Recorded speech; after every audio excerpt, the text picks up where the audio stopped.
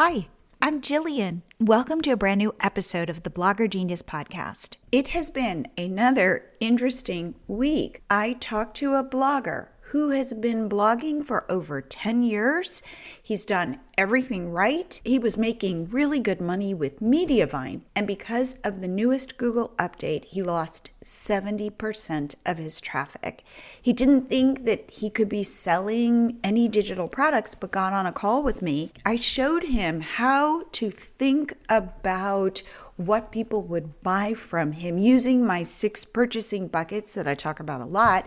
He got really excited, and now he's starting his digital product journey. I believe with AI and all the changes that are happening right now, we are moving as bloggers from an information economy to a people-focused economy. This means taking your knowledge and expertise and yes, having your blog where you're able to share that, but packaging up your solutions as products and services and selling them. If you want to get on a call with me to talk about this, go to mylotree.com, our homepage. You'll see where you can sign up on my calendar. It's your time to start diversifying your income and future-proofing your business. Again, come talk to me. Go to mylotree.com, sign up for a free 20-minute session. I'd love to help you and meet you.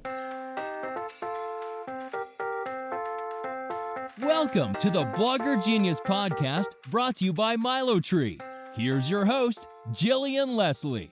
Hey guys, I have a great episode for you today. I'm interviewing my friend, Brooke Riley, who is the blogger behind the DIY blog Re-Fabbed, plus the founder of Re-Fab Boutique. We're going to talk about all of this. This is her second appearance on the show. And what we are talking about is how if you want to grow your blog, you gotta get in the muck. You gotta be uncomfortable. It's gonna be a mess. And by the way, Brooke is one of the most successful bloggers / online entrepreneurs that I know. Brooke is so honest about what the entrepreneurial journey really looks like. I think this is such a powerful mindset episode. And her big advice is you've got to just leap, especially today when I am hearing bloggers feel really nervous, anxious. I think that Brooke normalizes that anxiety, and you'll recognize this is just the path you signed up for. So without further delay, here is my interview with Brooke Riley. Brooke, welcome back to the Blogger Genius podcast. I'm so happy to be here, Jillian. Thank you for having me. It's so fun to see your face after so long and to just catch up. I follow you on social media, so I see what you're doing, but I can't wait to just hear you talk about it.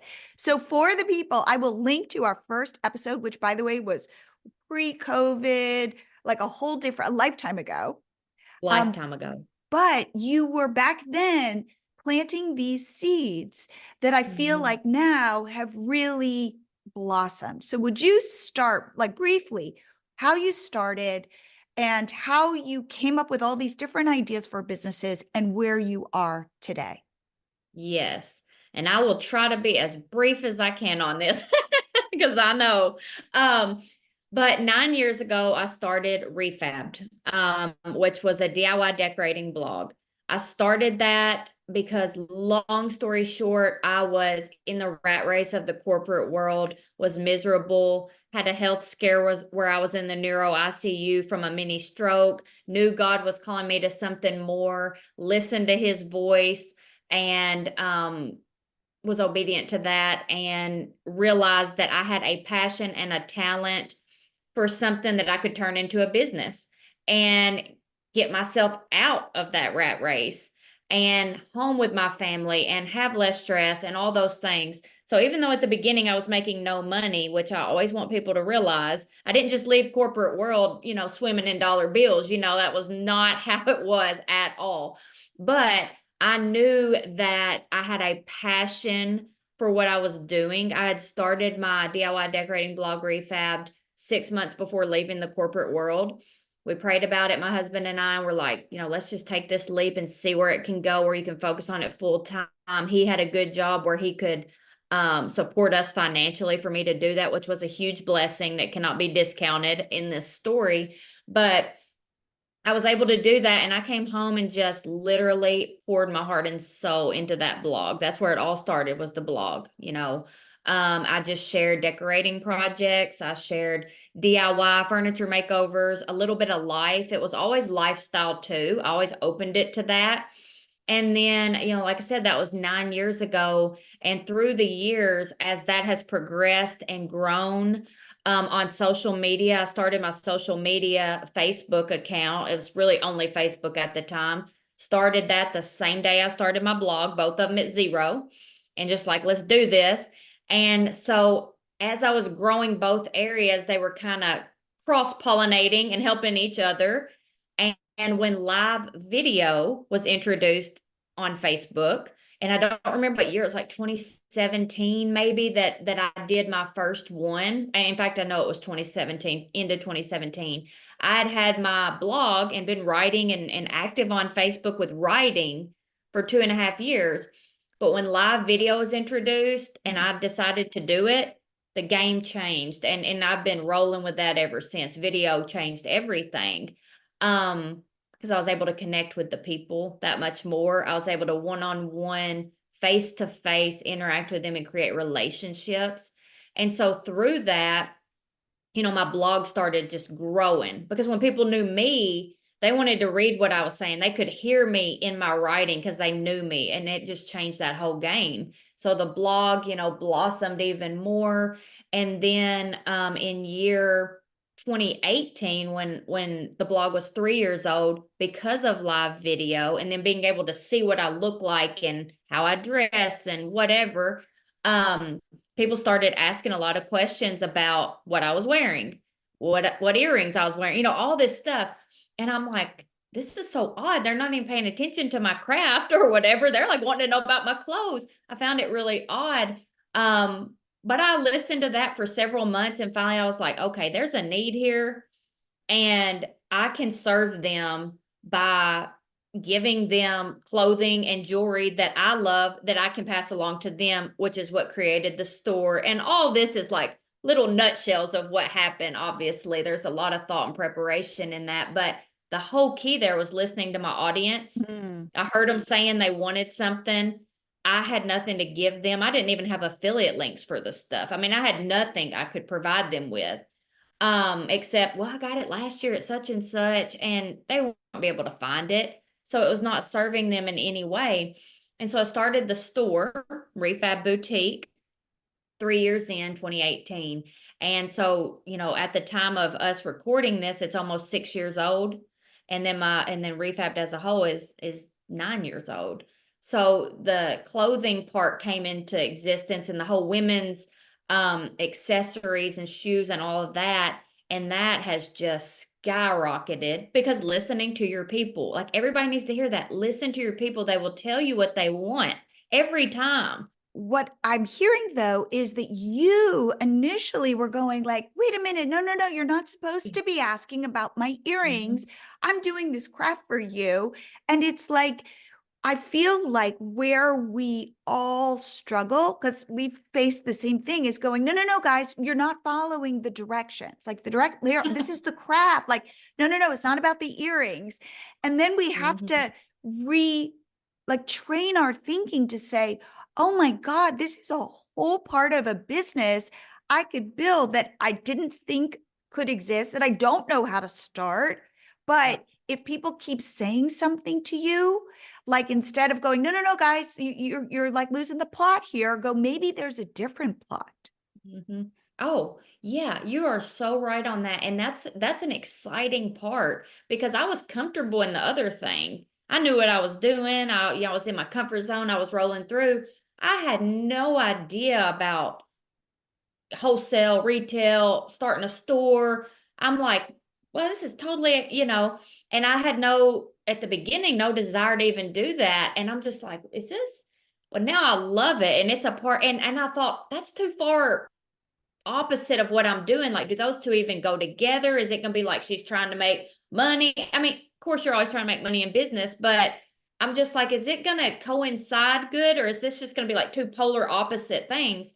Well, what I found was my audience that I had been building, that I had been nurturing, and that, had loved me and trusted me, they were the same people. Like, they were the same people that enjoyed watching me decorate, and half of them don't even decorate or don't even craft. They enjoyed me, is what I found out, which also blew my mind. So yeah, they did want to see what I was doing on the other side. They wanted to see what clothes we were selling, what jewelry we had, what cute shoes, what cute bags. And so that community was one, as I found out, which was amazing.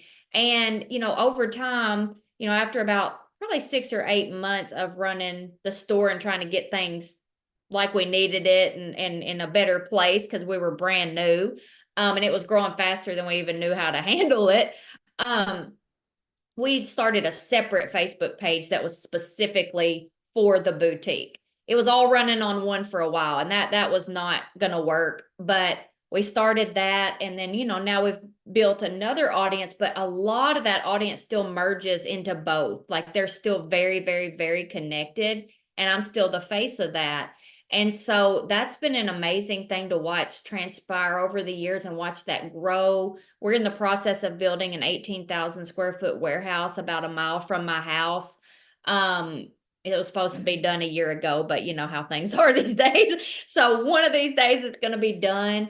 And that's just, sometimes I drive by there and I just look and I'm like, this just blows my mind, because it sounds cliche, whatever. I don't really care how it sounds. It's the truth. I just listened to the people. Like, that is all. I didn't have this idea, I'm going to start a store today, I'm going to do all this. I didn't. I was resistant to it. Question. When you Yeah. said, is this crazy? People are asking about my earrings. How did you start? And the reason I ask that Yeah. is because what I say a lot is figure out what people are saying to you, or you have a hypothesis. Let's say your audience, you don't have an audience, or they're not talking to you like Yes. they might with you, Brooke, showing up live. But you test it in the smallest, cheapest, easiest, most kind of down and dirty way. I find that when I am talking about, for example, our product Milo Tree Cart, which enables creators, bloggers to sell digital products, they have this perception of what their business is going to look like 5 years down the road. And they need all of that in place today when they've tested nothing. So talk to me about when you got this idea. People are saying earrings, shoes, sweaters, and you're like, whoa, how did you say, well, we should test to see if this is real? So I have a course, and I wasn't even going to mention the course on here, but just if you want to look it up, it's called Just Jump.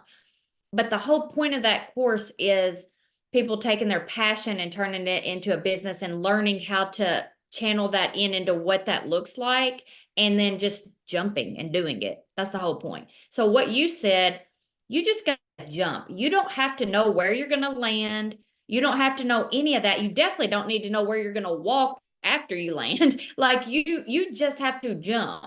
Um, and so exactly like you said, when I was hearing this, and I'm like, what? I don't even know what to do. And I don't want to go all in and open some big store and have no idea. So what I did, and I'm not even saying I recommend doing this. This is an example of exactly what you just said. Taking an idea, testing it out, making sure you're right in your thinking that this is what they really want, and making sure they do before you take those next steps to see what can happen. And I literally, when I was like, okay, I'm going through with this, I'm gonna test this. We did drop shipping. That's what we did. And I didn't know, I didn't have room. We were living, listen, Wait, y'all need to know this. can you explain what is drop shipping? Yes, What did yes, I'm that about mean? to explain that for sure, because I didn't know at the time either. And so I know there's a lot of people listening that won't know what that is. When you don't have room for inventory, or you don't want to have inventory on hand, then there's a lot of different ways you can go about it. But drop shipping is allowing a third party to ship your products to you. So you've got a website, you've got products on there. When somebody buys that, it ships directly from the manufacturer or another third party. You never have to touch it. And then it just goes directly to them, and you're just the one facilitating it all in a nutshell. We had no place. We were living in a single wide mobile home while we were building our house. We had just moved from a house out onto our land. We had this single wide mobile home with 2 kids and us, and running a business, 0 room. And so it was not feasible at all for us to have inventory at that time. So me starting a store literally made no sense. But I felt like this was what I was being called to do. And so we just started drop shipping. See, well, are people even wanting the stuff I'm showing? And I would get it in. If I ordered stuff for myself, it was coming in from overseas at the time. Everybody knew that. It was totally transparent on our website. And it even said, and Jillian, you're going to just think this is crazy, because this just shows if people want it, they will buy it. It said on my website, could take 5 to 6 weeks per item, because we're talking drop shipping from there in the Amazon days that nobody wants to wait 5 to 6 weeks. You don't even want to wait 5 to 6 days. So I was transparent, told them, look, I'm just trying this out. This stuff takes a while to get here, whatever. And I did 6 figures within 5 months. 6 figures on that drop shipping store within 5 months. People knowing they weren't getting a fancy package. They were getting, I mean, it looked like it could have a little bomb inside or something when they got it. It literally looked, there was nothing pretty about it. Obviously now we've come a long way. We pride ourselves in all that, but this is the beginning stages. It wasn't ideal. It wasn't pretty. It wasn't step by step. We knew all these things that we're going to look like now when we're a multi-7-figure business, but it got started, and it let us know the people want this. If they're willing to wait 5 to 6 weeks for a little top, they're buying from me, not as much as they're buying from what I'm selling, if that makes sense. And so it was just a no-brainer after about 5 months. This is working, and people do want what we're selling. But I don't like drop shipping. I don't like not having control over it. I don't like being able to see it, touch it, feel it first. I don't like waiting 5 to 6 weeks. None of that was what I truly wanted in my business, but I had to go through that just to make sure and test it out before I went all in and was buying wholesale from market and all those places and keeping inventory, that this was even worth it. Because like I said, I had no place for inventory. I had a tiny little playroom because I had my kids in the same bedroom in our trailer. And so I moved them out, and that's where I started putting some inventory in when we decided to go all in the opposite route and drop shipping completely from the platform.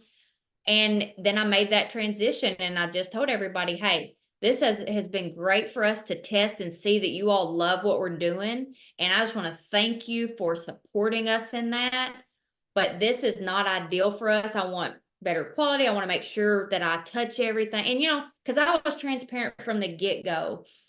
And the excitement that there was when they got their items within like 4 days, because I was shipping it out from my trailer, just me. It just always starts small, and you don't know what the big picture could even look like, but you just take each step and go with that and do your best with that. Here's my question. You coach people, Yes. Predominantly women, I'm assuming, on Yes. how to start businesses, grow businesses. And I feel like what you just shared is beautiful because of how messy you're in there, and you're drop shipping from God knows what country. And you're, like you said, like packages showing up for people, and you're like, ooh, I don't even know. It's got kind of like you're associated with this. Like there's so many things that are messy and weird and, all of that. And yet this is the place where I feel like, say, the women in my audience, the men as well, we struggle is trusting ourselves and putting ourselves out there in a slightly embarrassing way.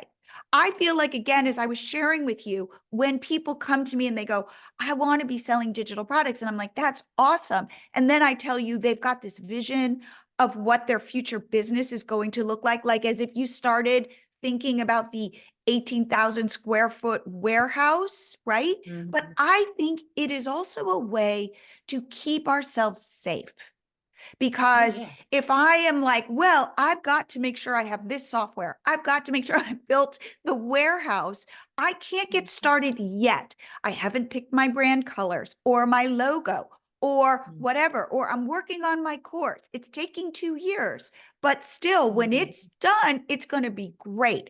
How do you coach? I feel like we as women struggle with this Mhm. even more, to say, I don't care how bad it looks. Put it out there. Go talk about it. Go be authentic. Go say it could take 5 to 6 weeks. How do Mhm. you get people to do that?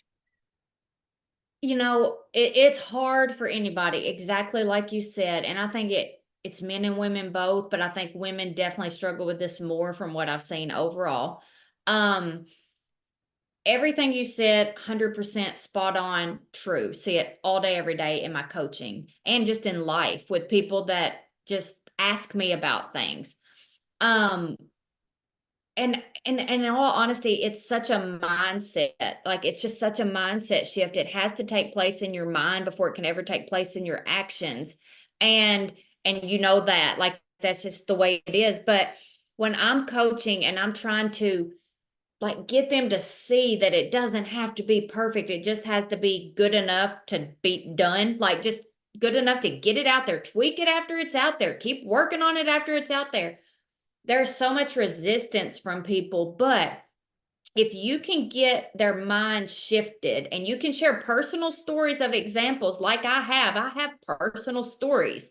If I was one of those people that had everything perfect and then I put it out there and now I'm trying to tell them this, that they don't have to have it perfect, well, that's not going to do me any good. But I can share these examples just like I did. Every single part of every business I've ever had was me just getting it out there and then trying to work on it as I went through and then tweaking it. So I'm living proof. And when you are living proof of something, then your word speaks volumes because you've walked the walk. So when I just share my story, like I'm like, guys, listen, I know what I'm talking about here because I've done it. Like I'm not trying to get you to do something that I haven't personally done. Even launching my coaching group. I got up one morning, I said, I'm starting a coaching group. And I started it 2 hours later. Like, that's how it was. I did not have a sales page. I did not have funnels and email marketing that was going out. I didn't do any of that. Now, when I'm launching my coaching group, I have systems that I go by and I do all that. When I started, I woke up that morning. I knew I'd been needing to start one. I'm like, today's the day I'm doing it. Went out and I got 200 members that day because they were ready for it. And all I did was put it out there. Now I worked on it, tweaked it, made it better as time went on. And it's far better now than it was then. But if I had waited until the right time for any part of my business, I would probably still be sitting here waiting because there's never a good time. You just have to do it. And I can't say it enough. I get so fired up about that because I see people with so much potential and they won't just do it. They are letting fear hold them back so much. And their perfectionism hold them back so much that they're never going to be successful because they're never going to just simply get out there and just do the dang thing and figure it out as they go. And I'm just living proof that if you'll do that and put yourself out there and follow your calling and walk in your purpose. That's what I want to ask you, because you have faith, you attract Christians to you. Mhm. I feel like that, and again, like I have faith too, but in my own way. But Mhm. I feel like this is just looking at you from the Yeah. outside, that your faith has given you the strength to go, this isn't just about me. There's a bigger plan for me. And I almost feel like people who don't have faith, if they could tap into that for themselves, that it's not just about me. It's about, for example, the people I serve. And the idea that my calling isn't just me kind of being in my own neuroses and in my own fears and what's my neighbor going to think or my mom or what, like that is playing small. And I feel like you play big, but I feel like part of that is because you feel like you have a higher calling. So I wonder if there's a way, like it's already kind of in your mindset to think that way. There is you, Brooke, and then there's you as part of something larger. Like I don't want to put words in your mouth, but how do you get people to internalize that? Because I feel like if there's one problem that I wish I could solve for the people listening to this podcast, the people who have this dream, this little budding fire inside, but they can't actualize it. What do you say to those people? You know, exactly like you said, person of faith or not of faith, it's across the board, no matter what. You have to realize that none of this is about you, period. I don't care if you're a believer, not what you believe in, whatever, that is just all set aside. Every single one of us has to understand. To me, this is truly what I believe, that to have a really successful business that's going to stand the test of time, and I'm going to sound really country when I say this, even though I always sound country. You can't just hit a lick and then like fall back. Like if you're going to continuously thrive, then it cannot be about you.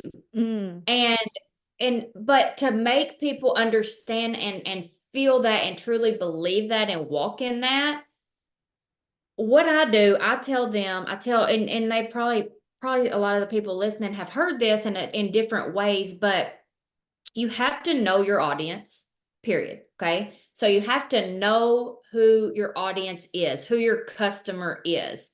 Once you know them, once you have them figured out, then you connect with them and make relationships with them. Once you have relationships with these people and you feel like you have connected and you know them, then what I tell all the people in my coaching group is name your avatar. You know, like you've got a specific customer, you've got a specific community base. What if you could name that community as like one person, that when you think of your community and when you think of your customer, if you could name that one person, my name is Carol, okay? That's my Re-Fab community. That's not the boutique. I'm gonna let the girls come up with something over there, but this is my crafting community. I call her Carol.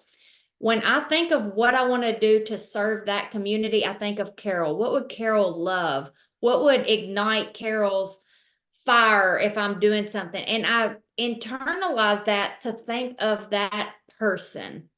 And when people can think like that and can turn their mindset into serving somebody else and not yourself, not serving yourself, but just literally pouring into somebody else, when they have a name, it just feels that much more personal to you.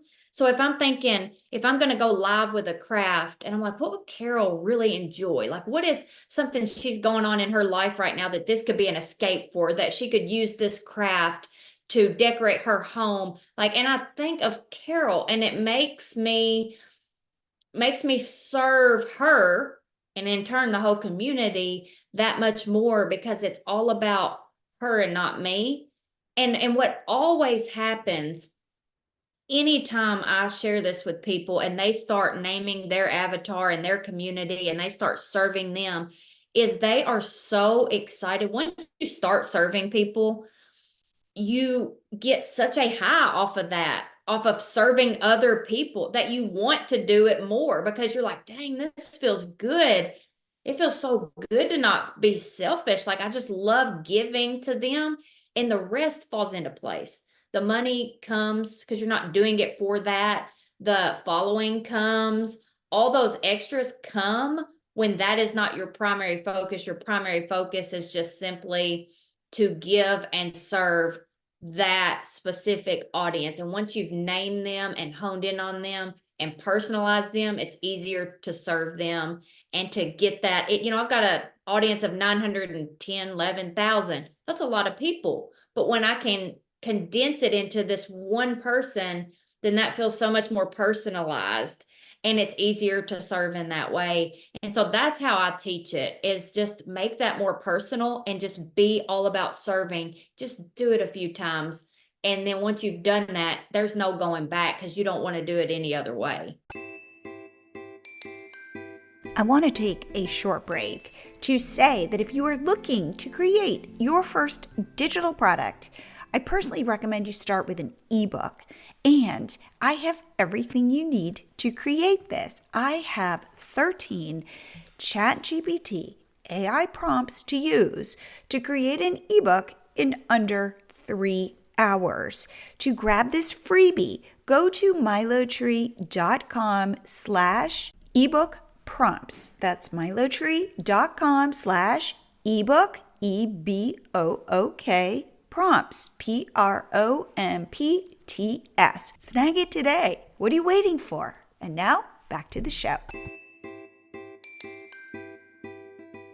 Right now for Milotree Cart, I say to people, if you want to get on a 20-minute call with me, I will help you come up with like a strategy for digital products and share what we're seeing works. And if ultimately you think this is a good product for you, awesome. But at the end of the day, really, for me, I love it. Weirdly, like if my day is filled with getting on calls one-on-one with women where I can paint the picture for them, like that's what they need to see, is here is what it could look like for you. And I'm very straight. I'm saying like, kind of like you, like, do not plan to be swimming. I like that, swimming in dollar bills. Like it's not that way at the beginning, but I help clarify, what problem are you solving? Or I feel like what I'm good at is saying, come back down to earth, come back down to earth. Let's get really clear and simple. Let's get rid of all of the distraction of, again, this crazy business that you're going to grow, and go back to what problem are you solving? And then they'll speak in generalities. And I go, no, specifics. What is what is somebody typing into Google because they've got a problem? What is that where they're going to find you? And so I have to say that if I'm on a day of calls, I weirdly finish the day feeling energized. Now that could be my personality, but if I can connect with you and I can watch the smile or the sense of possibility, and I say to them, keep me in your brain, like kind of like where I was saying with you, I think that you have this superpower, which is your faith talking to you. So I'm like, okay, like hear me saying, you've got this, just one step at a time, so that you can't, the other voices that are like, you can't do this, or who are you to think you could build a business or whatever. I'm like, okay, just hear me saying, you've got this. You're going to put one foot in front of the other. You're going to serve these people with this specific problem and breaking it down. But like you, there's nothing better for me. That's what gets, yes, of course I want to make money, but what gets me up in the morning is knowing that I've had an impact. And I don't know if that's just, say, the way you're built or I'm built, but I feel like if we're put on this planet, I think, to serve. And if you can tap 100%. into that, I think it is so powerful, powerful, powerful. So anyway, so anybody who wants to get on a call with me, go to milotree.com/meet. And I say this always, I go, because I'd like to meet you. And the truth is, Yes. I would like to meet you. And I always say to the people that I coach, to the people I talk to, if you can get on calls with people, and they're like, what? And I'm like, okay, maybe that's weird, but maybe you could DM them on Instagram. Maybe you can do that where you're connecting with Carol, because Carol isn't just nameless, faceless, where you're not thinking, you're like, oh, I like these earrings for me, instead of going, I think Carol would like these earrings, or I think Carol would like this craft. So I feel like that is where the power is. And I'm the kind of person who my dream vacation is a beach vacation because Mm-hmm. I like looking out at the ocean and feeling really small. It shrinks me down and makes me think my problems aren't that big when I see the Oh, expansiveness yes, the and I'm just vastness. this Yes. tiny little person on the planet. And Mm-hmm. therefore, I'm not that important. And some people freak out about that. Like my husband thinks that's kind of sad that I like that because I Yeah. think he wants to feel big in the world. But I like feeling small because then it doesn't matter whether I'm embarrassed by my hair that day, or I Exactly. feel fat today, or I Mhm. feel, I don't know, whatever it is. And like, oh, people are going to judge me. It doesn't matter anymore. So that's Mhm. my way of getting beyond myself. Yes. Yes. And I feel like that's the key is get out of yourself, get beyond Get out of yourself. yourself. Yes. And realize everybody is like you. We don't think they are, but everybody is the same. And when you get on with a bad hair day and you're like, listen, you're just going to have to ignore this, or whatever, like that relatability and authenticity immediately is going to attract people. They want real people. So everything you were saying, when you feel fat that day, I mean, the other day I got on a live with no makeup. I didn't feel pretty, but it was just like, you know what? I wanted to just get on and connect with my audience. I didn't want to have to go through the ritual of getting everything. And at that point in time, I had about 1,000 or 1,200 people watching me live. And I just was like, and the people in the comments were like, I just love how real you are. Like, it doesn't matter if you have on makeup. We just enjoy connecting with you. And so if we get out of our own head, we're the ones holding ourselves back. Like you said, they just want real people, like your customers, your community. They just want real, authentic people. Like, that's all they want. They don't care if your hair's perfect. They don't care if your makeup's to a T. They don't care about that. Once you grow that relationship with them, they just want you and your authentic self. Like, they're not looking for the Hollywood standard. They're over that these days. They just want real authentic. I always have a hard time saying that word. Authentic people. That's all they want.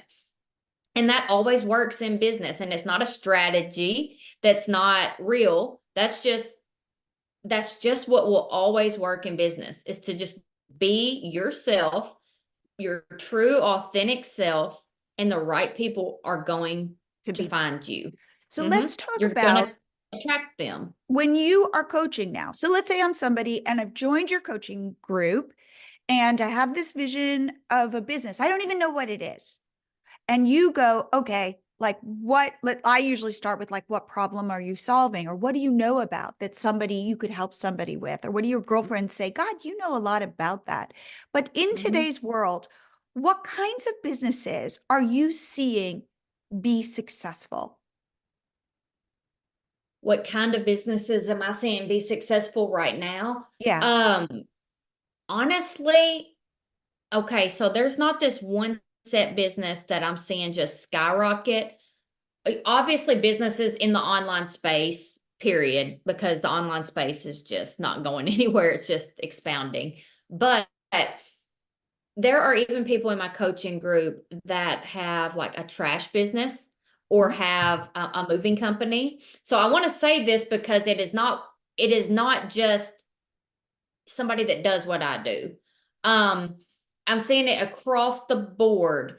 If you serve your audience plain and simple, and you connect with them, and you are authentically full of integrity, and you do what you say, and you give the best customer experience possible, you're going to find success if you've got those things at your core. And then if you're willing to understand that you don't know everything, no matter how far along you are, and you're willing to learn and tap into any resources, whether like if they're in my coaching group, obviously I'm giving them resources that I hope that they're listening to because I'm trying to teach them. But even outside of that, listening to your podcast, YouTubing things they don't know. Always learning, reading books, always making sure that you are with people that's smarter than you, that have Mm, more knowledge than you, mm, not to ever be the smartest one in the room or you're in the wrong room. That's mm, very true. I'm in masterminds. I'm constantly learning too. And every single person that I'm seeing succeed, no matter what their business is, are doing those key things. It's not the one that has the best looking email marketing. It's not the one that's logo is the prettiest. It's not the one who um looks the best on the outside, and has this beautiful Barbie doll figure. Like those aren't the people that I'm seeing having the most success. It's the authentic, real people who love their customers, serve them, and give them the absolute best customer service out there, and understand that they don't know everything and they're always trying to improve each day. And then it doesn't matter what your business is. If you are doing those things and you are tapping in and you are constantly thriving and growing and trying to do more, you're going to find success.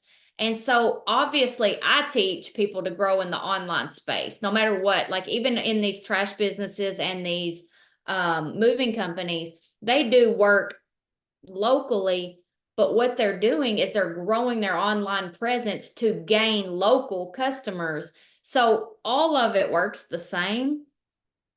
And so for me, I'm seeing people grow in the online space for the sole purpose of growing whatever business it is, to get more people to see their business so that they can get more customers, whether it's in person or online, digitally, physical product, whatever it is. And it just honestly does not matter what you do. If you're doing those things, it doesn't matter your business. I see him being success, and let me being successful. And let me say this, because you hit on this earlier, but it's so true. Or maybe somebody else hit on this earlier that I was talking to, but being consistent. Yeah, let's I talk don't about care that, what it is. because here's why. Yes. I show up, let's say, and I have to say, I am totally guilty of this. Like, I'm going to do TikTok, and I'll do it for a month or two and I'm not seeing traction. And then I'm like, I'm too busy, or I forget. I'm not consciously, let's say, giving it up. And right now I'm leaning deep into Instagram and doing at least 2 reels a day. And I am Mm-hmm. loving it, even though there are times where I'm like, I got to do my Instagram reels. However, Yeah. it has been super helpful because it is helping me hone what I think about, like, so that the Mm-hmm. thoughts aren't just in the back of my head, but like, I need to figure out how to get it from the back of my head into a way that I can communicate it in like 6 seconds. How do I Yeah. do that? And it's Mm-hmm. like a really good exercise over and over again. Like, I literally wake up in the morning, because I'm not, and you had mentioned this on the last episode that we recorded a long time ago. You're like, I just kind of fly by the seat of my pants. Like, I'm going to show up when I show up. And I always remembered that. And I find that kind of reassuring. Like, if I do Mm-hmm. 2 reels a day, sure, I want one in the morning and one in the afternoon. But if I can't do that, I'm still going to do them, because Mm-hmm. screw it. I can't be Yeah. perfect, but it's better Mm-hmm. for me and for my training. But there are days where I'm like, oh my God, I'm not growing any followers. Oh my God, people aren't responding. Oh my God. And I have to say, I then have to really talk myself down. So when Mm-hmm. you're saying show up consistently, and it's easy for you when you can go live and 1,200 people Mm-hmm. show up, talk to Mm-hmm. me about Mm-hmm. that person who's seeing no traction. And they're like, Yes. wait a minute, I signed up for all these courses or your coaching group, and I'm trying to do everything you're saying, and it works for everybody else, but it does not work for me. What do you say to Yes. that person? Yes. And I've had that person say that exact thing to me. I've had people say that all the time. And this is what I tell them: keep showing up anyway. And that's not what I want to hear. Well, the thing is, nobody starts out with 1,200 people watching them on a live. When I did my very first live, I don't even remember how many were on there. I was scared to death. I was shaking. I was about to throw up beforehand because I was so nervous. It was so far out of my comfort zone to be on a video. Um, but I had made up my mind I was going to do it. I'd put it out there on social. I'm going live at this time so that I was held accountable. And I did it scared. I'm always going to say do it scared. But I'm also always going to say, no matter if nobody shows up, you go in with your full authentic self, all the energy you can put out there, because you're not going to get energy from anybody else at the beginning. You're the only one there. And you just have to pretend that there's people watching and that you're interacting. And it's hard, and there's nothing comfortable about it. And I'm not ever going to tell somebody, oh, it's easy, just do it. It's going to be super hard, and you're going to not like it one bit. You're not going to want to do it. And then it's not going to make you want to do it the next time because there was no thrill in it. But you have to keep showing up, because even if only one person shows up, and that's what I told a lady the other day, because she said I had one person on my live. And I said, hallelujah, one person chose to be there and watch you and take part in that. So you treat them as though they are the most important person to you ever, because they are. They're the only one there. Like, you just give them your all, because that one person turns to 10, who turns to 100, who turns to 1,000 over time. Plus, if you're talking about video, there's replay. The majority of people are always going to watch a replay. And so, and this is just, live video and reels. Well, everything's a replay on a reel, but live video in particular. But this goes to show for anything, you never know. Something may not get traction right away, but with the internet and the online space, you never know when something could catch traction a year from now, 2 years from now. I just had something go viral from 2 years ago, go completely viral from 2 years ago. It had been sitting there, and I don't know what made it go viral. I didn't reshare it, but some people found it on the internet and it went literally viral again. And I gained like 100,000 followers from it, again. It reminds me of this. Okay, because you're a mother, I'm a mother. And you know how like you have your baby and you have all this adrenaline, right? And they say, of course, sleep beforehand, like get your sleep because you're not going to get sleep. Yeah. At least this was my experience. And I just have one daughter. But when I had her, I was on such an adrenaline high. Not necessarily a good adrenaline high, but like a freak out, like, oh my God, what just happened? And now I have this little creature and I have to keep this creature alive, right? And so I was on that high for maybe 2-3 weeks. And so I didn't feel the sleep deprivation in that way, because I was like in emergency mode, right? Like, oh my God, like this is important. But then and I had a kid who was horrible sleeper. By month 4, by month 5, that sleep deprivation was so debilitating. It was so brutal. And now when I talk to new mothers, what I say is, you'll get through the first month, but do know that like a Mack truck is coming for you. And it might happen month 4, month 5, like when it's you're so sleep deprived and you're no longer on that adrenaline high. Like that's when you need to be careful that you make sure that you are protecting your mental health and all that stuff. At least that was my experience. Oh, yeah. And I feel it's similar. Like you go, okay, here's what I'm going to do. I'm listening to Brooke and Jillian, and they're like, yeah, I just need to show up. And then I'm going to get one person, and then that one person's going to turn into 100 people. And lo and behold, if I just make it to that one person, and you're at month 4 or 5, and it's still crickets, what do you say to that person? So I say, whether it's reels, live video, posting consistently, keeping your products out in front of people consistently, no matter what it is that you're doing consistently in your business and your life in general. You don't see results working out in, a few days or a couple weeks, or you don't eat 3 salads and all of a sudden you're skinny and in a bikini body. Like it takes consistency. Same, and I'm terrible in physical shape. Okay. I don't enjoy working out. So that's hard for me. So I get it in that mindset, because I struggle with that. And I have to have people pouring into me about, you got to be consistent. But then in the business world, I've done it so much that it's easy for me. So I understand people who are struggling with that. And so whatever it is that you're trying to be consistent with, keep showing up. Obviously, I know that's just what this cliche thing to say, but Also, after you've given it some time and you have truly been consistent, like you have truly been consistent, you have been showing up X amount of times, you set a goal that you're going to post 4 times a day with call to actions, good quality photos, doing all the things, and you have, then I would look at them and I would make sure that when they tell me they've been consistent, that they truly have. Because some people say they've been consistent, but they haven't been. It's been hit or miss. They've been a little bit and then they might fall back, then they hit again, then they fall back. That's different than true consistency. Everybody needs to understand that.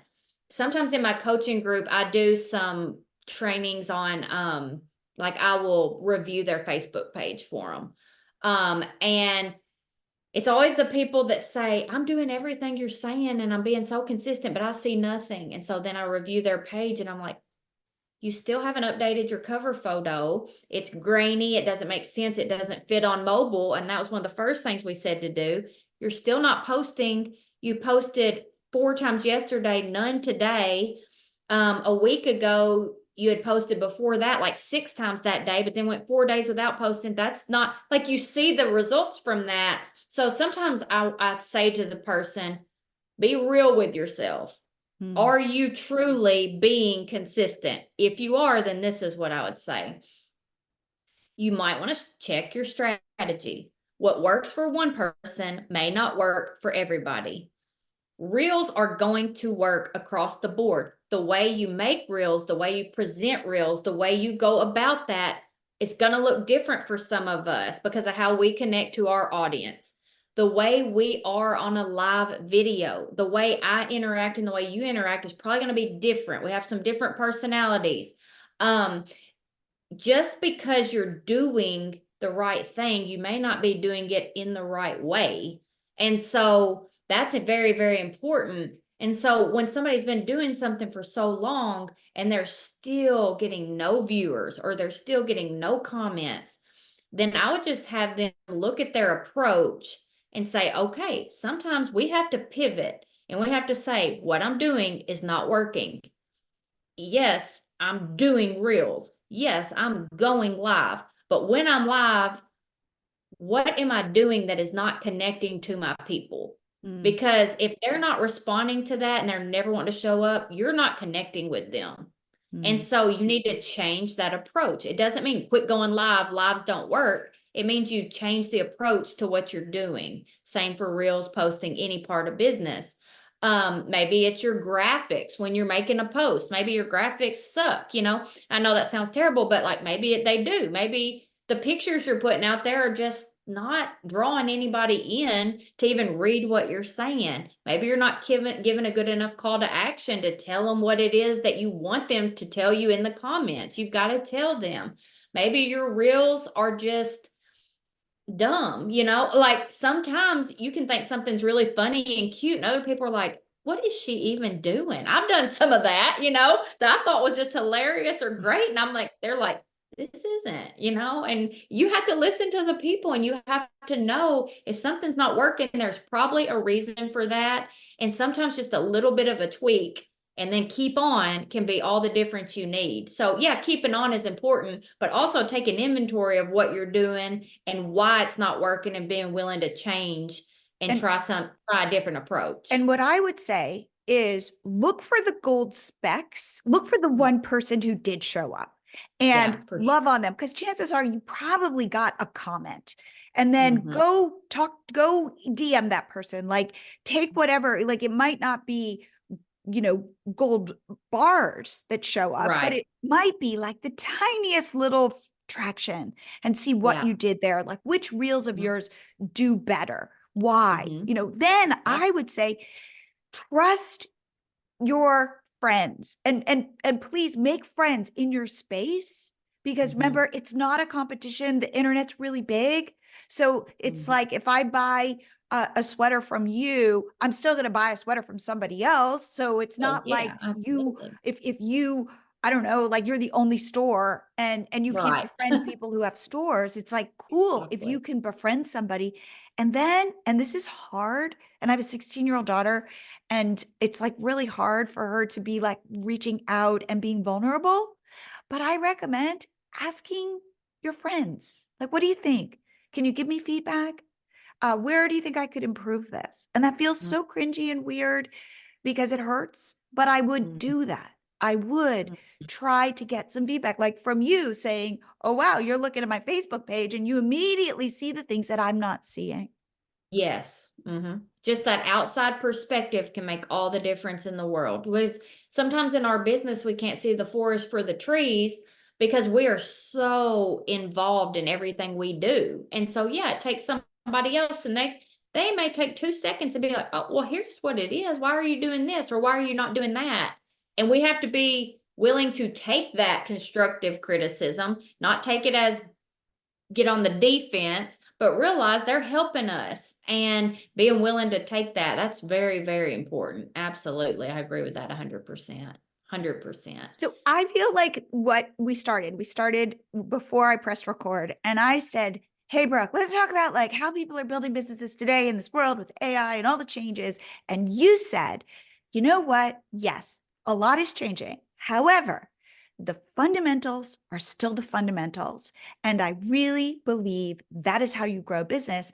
And in this conversation, that is exactly what you have shared. The fundamentals are the fundamentals.